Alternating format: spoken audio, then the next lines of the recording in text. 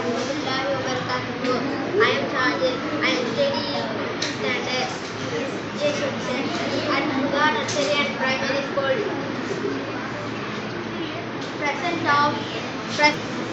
Today I am going to present a biography of my father.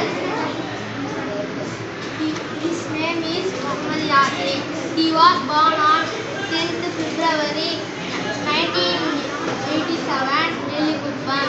He lives with his wife, daughter and son. He went to 10th High School in Kuppam.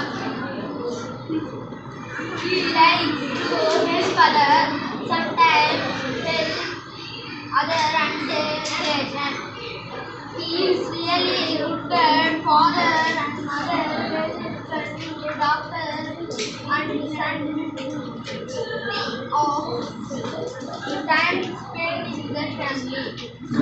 From his life we can learn that we should help others, happen honest good. Assalamu alaikum warahmatullahi wabarakatuh. That is a happiness.